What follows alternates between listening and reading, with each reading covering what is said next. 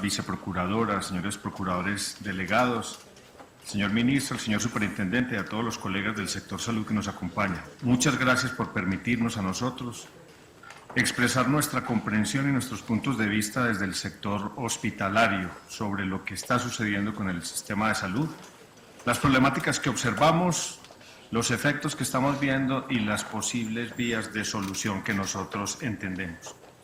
Lo primero, y quiero arrancar por un tema que se ha vuelto exótico y que casi no se menciona en este tipo de diligencias, y es el siguiente. Es el asunto de la calidad y la seguridad. Nosotros creemos que el sistema de salud empieza una falla importante desde el momento que la calidad y la búsqueda de la seguridad no es el valor central que moviliza el sistema. Hoy nosotros entendemos que, con muy contadas excepciones, no hay aprecio general por los esfuerzos que hacen las diferentes instituciones para estar actualizadas, para dar mejores servicios, para tener las mejores tecnologías y para operar bajo unos estándares superiores de calidad. En ese sentido, es frecuente observar que muchos actores dicen que no hace diferencia la calidad en el sistema de salud. Y traigo este punto para empezar, porque uno de los pilares básicos cuando se diseñó el sistema de Ley 100 era el promover la competencia, la sana competencia entre los actores y el valor central mediante el cual se debía dar esa competencia era con los asuntos de calidad y seguridad y libertad de escogencia de la población. Si no hay una fortaleza grande en el tema de calidad, no va a poderse desarrollar un adecuado esquema de libertad de escogencia informada y consciente por parte de la población. Ese es el primer punto que yo tengo que traer acá porque casi en ninguno de los discursos se habla de este tema. Lo segundo, entonces, aceptando que este no es el valor central, nosotros hemos hecho un esfuerzo denodado en el sistema de salud por alcanzar otro resultado intermedio como valor central, que es la cobertura poblacional dentro del sistema de salud. Y en realidad, en eso yo creo que hay que aceptar y decir que el sistema colombiano es exitoso en alcanzar una cobertura universal desde el punto de vista teórico. Pero ustedes saben que la cobertura no es solamente el número de pobladores que tienen esa connotación de estar afiliados o de ser beneficiarios de un sistema. La cobertura, y ahí es cuando empiezan o continúan los problemas del sistema, tiene unos atributos centrales: el acceso, la continuidad y la coordinación. Esos son los elementos centrales que le dicen a usted si la cobertura es plena o solamente tenemos una cobertura teórica. Nosotros encontramos que hoy la gente tiene acceso, un difícil acceso al sistema de salud. Encontramos que la continuidad en la atención de los servicios, bajo eso que se entendería como una atención oportuna e integral, es una continuidad dudosa. Y encontramos que la coordinación, que es uno de los atributos importantes que debería específicamente manejar ese agente, que es el agente asegurador, es una coordinación en muchos casos inexistente. Por lo tanto, el resultado que estamos viendo con el asunto de la cobertura es un resultado superior, importante, pero una serie de procesos abajo de ese resultado que no garantizan que esa sea una cobertura efectiva. Nosotros vemos la fragmentación en la atención de nuestros pacientes, vemos la no completitud en los tratamientos, vemos el incremento en la frecuencia de uso inusitado que tenemos en el periodo de los últimos 2 o 3 años, y vemos que la mayoría de nuestra población está entrando por la puerta de los servicios de urgencias, que es de entrada la negación de cualquier planificación de un sistema de salud. Por lo tanto, el tema de la cobertura creo que se tiene que analizar desapasionadamente sobre esos 3 atributos centrales para poder juzgar lo eficaz de esa cobertura que estamos teniendo en el sistema de salud. Y eso va de la mano con el tercer punto problemático que quiero traer, señor procurador, y es, en realidad yo creo que hay que aceptar, así como aceptamos que hay una cobertura teórica, universal en este país, tenemos que aceptar que aquí hay una profunda disfunción del esquema de aseguramiento tal y como lo pensamos y como lo inventamos hace más de 22 años. Las variables o los conceptos básicos del aseguramiento que se pensaba era hacer una gestión del riesgo en dos vertientes, una gestión del riesgo de salud y una gestión del riesgo financiero. Lo que hemos encontrado, no puedo hablar en generalidad, pero sí en la mayoría de los casos, es que esa garantía se ha buscado por encima de todo la garantía del éxito financiero y se ha subordinado la gestión del riesgo de salud. Eso ha hecho que para conseguir ese éxito financiero muchas entidades se hayan inventado o creado restricciones, barreras al acceso, interpretaciones, aplazamientos, inclusive listas de espera, que hacen que al final del día no se gestione adecuadamente el riesgo de salud, pero paradójicamente tampoco han logrado al final del día conseguir el éxito en la gestión del riesgo financiero. Aquí hay una tensión entre dos conceptos que son muy caros a la práctica médica nuestra y a la atención, que son dar el óptimo al paciente que lo necesita o racionarle los servicios al paciente. Pareciera que la lógica que se ha impuesto hasta el momento es la lógica del racionamiento y estamos viendo hoy, porque en estos temas de salud y seguridad social no hay nada gratis y al final siempre el efecto se va a ver, sobre todo cuando usted enfrenta la epidemiología o la demografía de una manera no adecuada, al final, no en muy largo plazo, en el mediano plazo usted ve los resultados de todo lo que no hizo y le van a volver con la cara de la enfermedad, con la cara de la cronicidad, con la cara de la urgencia. El cuarto punto que quiero y que se deriva del anterior es que aquí hay una problemática derivada de este tema, de esta disfunción del aseguramiento, que ha venido creciendo y es la problemática del flujo de recursos, señor procurador. Miren la paradoja, nunca antes este país había destinado tanto dinero al sistema de salud. Paradójicamente, nunca antes hemos tenido, por lo menos nosotros lo vemos así y nuestros pacientes lo sufren todos los días, nunca antes habíamos visto tanta iliquidez en el sistema. Nosotros creemos que aparte de las cosas que ha mencionado acá el señor ministro, aquí ha fallado poderosamente el esquema de la administración del recurso. Y redundo en esto, al operar principalmente sobre lo ex post, a través de, sobre la enfermedad ya presentada y sobre la atención ya dada, empezar a hacer negaciones de cuentas, glosas, devoluciones. Es decir, ese énfasis en lo ex post y no en lo ex ante, que debería ser trabajar sobre la gente sana o levemente enferma, es lo que nos ha, al final del día, nosotros agudizado las causales para llegar a esta problemática de flujo de recursos. Nosotros preguntamos, ¿será que acaso, y lo hacemos como pregunta, se está dando una especulación con los dineros del sistema de salud? ¿Será que acaso hay un apalancamiento financiero de algunos agentes con los ingentes recursos que están recibiendo?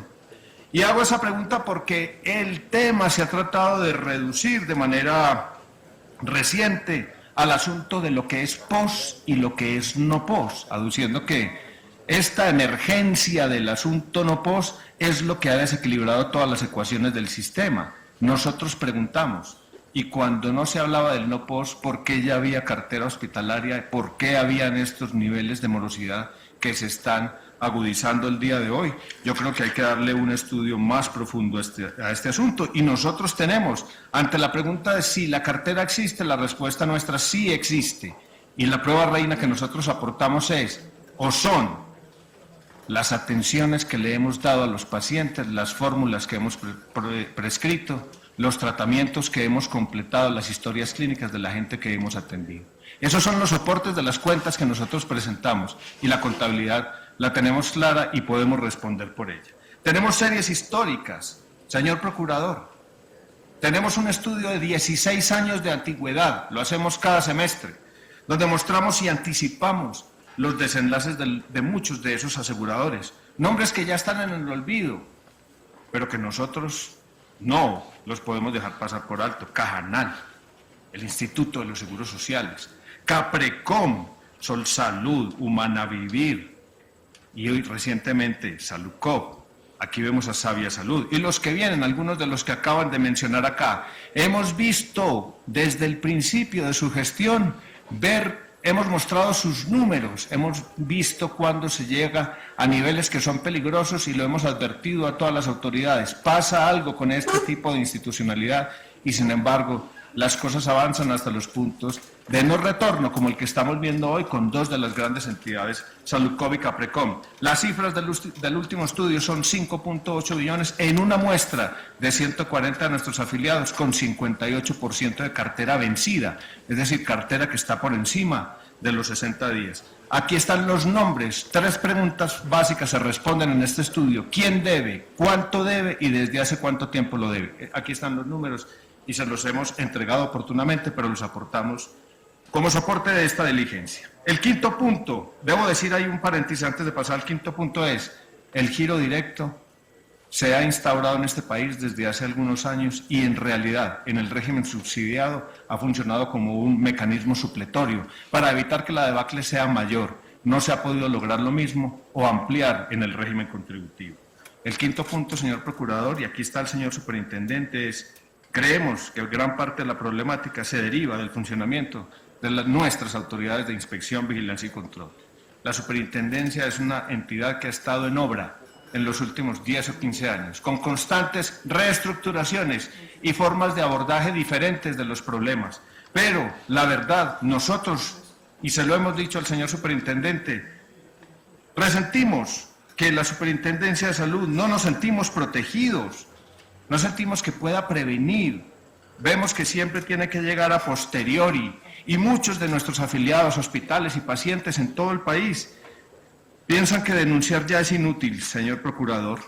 Eso, al final, lo que genera es una tremenda sensación, y la venimos a compartir con todo respeto, pero con valor civil acá, de que hay muchas entidades que se aprovechan de esa circunstancia y no tienen temor de la ley en este sistema de salud.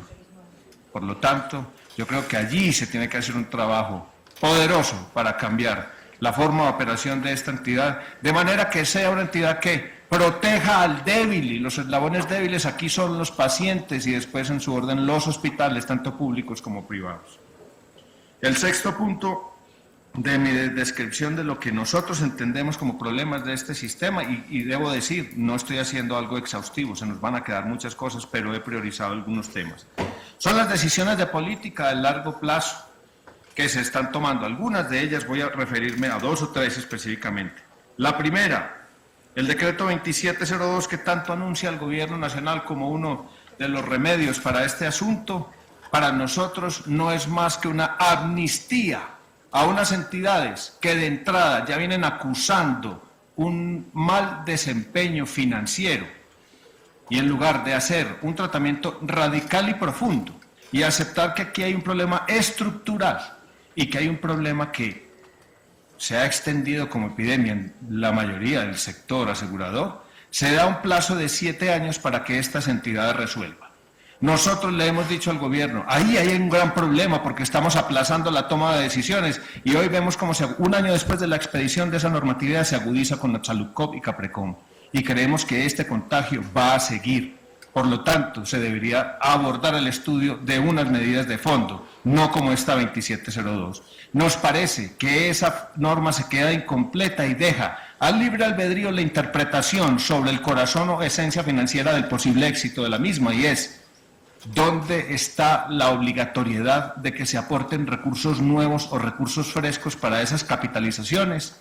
Yo le aseguro, señor procurador, que la interpretación que muchos agentes, no todos, del aseguramiento en Colombia están pensando es que hay una nueva oportunidad, un nuevo tiempo para usar recursos de la UPC para tratar de enjugar todas esas pérdidas y traerlas a una operación limpia dentro de 7 años. Nosotros creemos que ahí hay un problema. Y si vamos a hacer esa reestructuración, debería ser con plata nueva, de accionistas y propietarios, empezando e inclusive por el Estado colombiano. Ese es un punto. El segundo, el decreto, como ejemplo de este tema de las decisiones de política que creo que no ayudan mucho, es el tema del 1479, que es la resolución 1479 traslada un problema del no POS del régimen subsidiado a una pugna entre entidades territoriales, prestadores de servicios y la población. Yo creo que ahí tiene que aceptarse, lo hemos hablado con el señor ministro, que hay un faltante de recursos para el no POS del régimen subsidiado y la solución no está en un traslado a otros agentes, sino en la consecución de la bolsa de recursos necesaria para que esos derechos sean efectivamente prestados y concedidos a la población. Debo hacer un comentario muy breve sobre la ley estatutaria. Nos parece que hay una grandilocuencia en la presentación de esta ley, pero es una grandilocuencia que no está acompañada de los recursos suficientes y creemos que si no hay una reforma estructural y se sigue reemplazando esa reforma estructural por normas efímeras, no vamos a tener una ley estatutaria que sea vigente en este país. Mi segundo aparte, después de presentar estos problemas, son los resultados y es muy breve. ¿Cuál es el resultado de toda esta mezcla de lo que estamos viendo nosotros como problemáticas? Hay una disfunción del esquema de aseguramiento y del sistema de seguridad social en el país. Eso yo creo que es aceptable por todos. Hay una tremenda conflictividad entre todos los intervinientes y actores del sistema frente a nuestros usuarios y frente a la sociedad en general. Hay un acceso difícil, teórico, pero en un embudo en las puertas de los servicios de urgencias y eso también queremos denunciarlo y que todos los aquí presentes lo entiendan para que podamos trabajar en las soluciones. Eso, señor Procurador, nos genera una población que está crispada frente al funcionamiento de este sistema de salud. Y usted también ve como uno de los efectos de esto es la creciente judicialización del sistema. Y no me refiero a la tutela solamente, me refiero a todo. Todo tiene que pasar aquí por el ámbito judicial. Todo lo tenemos que demandar, todo lo tenemos que traer a los abogados para que nos defiendan, para llevarlo ante los diferentes tribunales, desde una cuenta de cobro hasta algunas respuestas de algunos funcionarios. Inclusive nos hemos tenido que ir hasta el Consejo de Estado para respuestas. Entonces, ese tema yo creo que no es una causa, sino que es una consecuencia de lo que nosotros estamos viendo. Hay una desconfianza desbordada, el señor ministro ha tratado en todos los lenguajes de generar confianza, pero miren ustedes que esto es una resultante de todas estas disfunciones. El conseguir la confianza requerirá un nuevo arreglo institucional o por lo menos una nueva tónica de comportamiento de todos los intervinientes en esta salud. Al final yo creo que hay una desesperanza con el modelo sanitario, como lo estamos viendo. Y el impacto, señor Procurador, de la crisis financiera ya está dando resultados malos también en la operación del sector. Acabamos de revelar una encuesta donde mostramos cómo en una muestra de hospitales importantes de este país, que representan cerca del 20% de todas las camas instaladas, el 51% ya acepta que se tiene que endeudar para pagar nómina y proveedores, el 28% acepta que ha tenido que contraer sus servicios, inclusive un 6% ya dice que ha tenido que cerrar servicios, un 17% reporta que hay renuncia de sus empleados y un 28% dice que ha tenido que despedir trabajadores del sector, es decir, se está también destruyendo empleo, se está destruyendo institucionalidad y se pone en riesgo la prestación de los servicios. Termino con la parte de las soluciones. Diría que hay unas que son de inmediato plazo, de mediano plazo, y hay otras que son profundas y para el largo plazo. Lo primero, ya el gobierno, por petición y trabajo, inclusive de conversación profunda con nosotros, está en la implementación de un plan de choque que viene operando en el segundo semestre de este año, pensando en lo financiero, con medidas de giro directo, con la subcuenta de garantía con fondos, con la compra de cartera, con una serie de créditos que dan liquidez para el sector tanto asegurador como prestador. Ese plan de choque está funcionando y hay que reforzarlo, hay que remozarlo, hay que hacer una segunda fase de ese plan de choque para que sea funcional a las necesidades que día a día se renuevan en el sistema. Lo segundo, estamos pidiendo recientemente y coadyuvando al Gobierno y al Congreso de la República para que pensemos en unas medidas de auxilio para poder avanzar y terminar este año medianamente. Dentro de esas medidas de auxilio está la ley de endeudamiento, está un proyecto de ley que es el 077, que consigue y remueve una serie de fondos y genera nuevos mecanismos como para tratar de pasar el año. Pero yo creo que aquí, y también le estamos pidiendo al gobierno que haga un pacto de estabilidad económica y le pedimos a la Procuraduría que nos pueda acompañar en eso. el Pacto de Estabilidad Económica, le hemos dicho al país, de ese incremento en la unidad de pago por capitación, debería derivarse un incremento correlativo en las tarifas para los prestadores de servicios de salud y para el personal que trabaja con nosotros. Esa potencia económica derivada de la UPC no se puede seguir quedando en un solo bolsillo, debería irrigarse a todo el sistema. El gobierno lo puede hacer si tiene la voluntad política, el ministro lo está estudiando, a ver si es, y el presidente ya lo conoce, a ver si es posible que por lo menos durante 1 o 2 años haya una estabilidad, de manera que esa conflictividad y esa extracción de rentas dentro del sistema pueda cesar y haya la cabeza fría y el oxígeno suficiente para poder pensar en las cosas de largo plazo. Yo creo, señor procurador, señor ministro, no lo hemos hablado, pero yo creo que esta situación de hoy que estamos viendo podría llevarnos a pensar de pronto en una emergencia económica o en una emergencia social.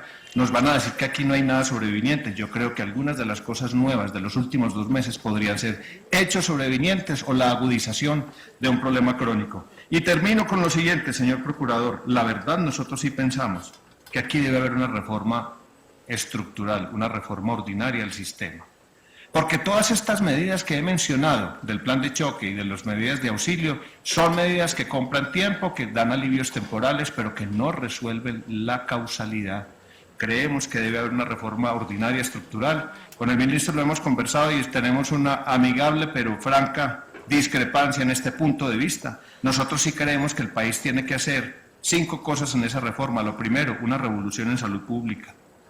Es decir, la atención primaria en salud, este sistema no puede seguir esperando gente enferma, tiene que salir a buscar gente sana y remover todas las estructuras, no simplemente de un modelo de atención, cambiar toda la baja complejidad y hacer algo más inteligente con la población, volver al asentamiento poblacional, entender la geografía donde están las personas. Eso, atención primaria y repotenciar lo que es la baja complejidad, el médico y los profesionales generales y los hospitales de baja complejidad tienen que funcionar diferente en este país. Lo segundo, debe haber unas redes integradas de servicios de salud. Aquí la gente corre detrás de la red que le proporciona una EPS y eso no tiene ninguna lógica con respecto al asentamiento poblacional. Aquí tienen que juntarse los hospitales para hacer redes o consorcios hospitalarios público-privados en todo el país. Lo tercero, el eslabón asegurador, que tal vez es uno de los puntos de mayor discrepancia. Nosotros aceptamos que tiene que haber una gerencia intermedia del sistema, que tiene que haber una instancia de coordinación, una instancia de auditoría, pero no debería ser como está funcionando hoy.